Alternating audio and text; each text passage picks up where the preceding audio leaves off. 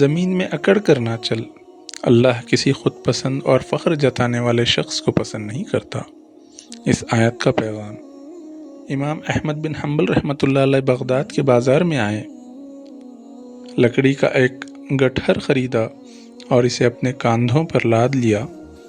لوگوں نے دیکھا تو ہر طرف سے ان کی طرف لپک پڑے۔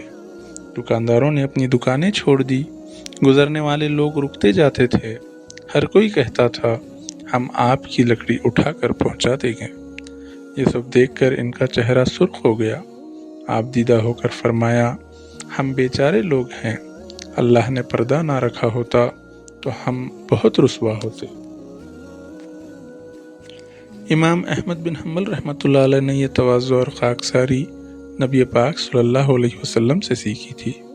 وہ جانتے تھے کہ آپ صلی اللہ علیہ وسلم اپنی بکری کا دودھ خود نکالتے تھے، گھوڑے کے نال خود صاف کرتے تھے، اپنے کپڑے خود سیتے تھے اور اپنی زوجہ مطہرہ حضرت عائشہ رضی اللہ تعالی عنہا کے ساتھ مقابلے میں شریک ہوتے تھے۔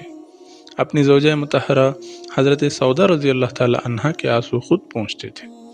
اور ایک دفعہ جب آپ صلی اللہ علیہ وسلم کے صحابہ بکری ذبح کرتے وقت کام تقسیم کر رہے تھے، کوئی اس کو ذبح کرنے کی ذمہ داری لے رہا تھا اور کوئی اس کی کھال نکالنے کی ذمہ داری لے رہا تھا، تو نبی صلی اللہ علیہ وسلم نے بڑھ کر اپنی ذمہ داری خود لے لی اور فرمایا، میں لکڑی جمع کرنے کا کام کروں گا۔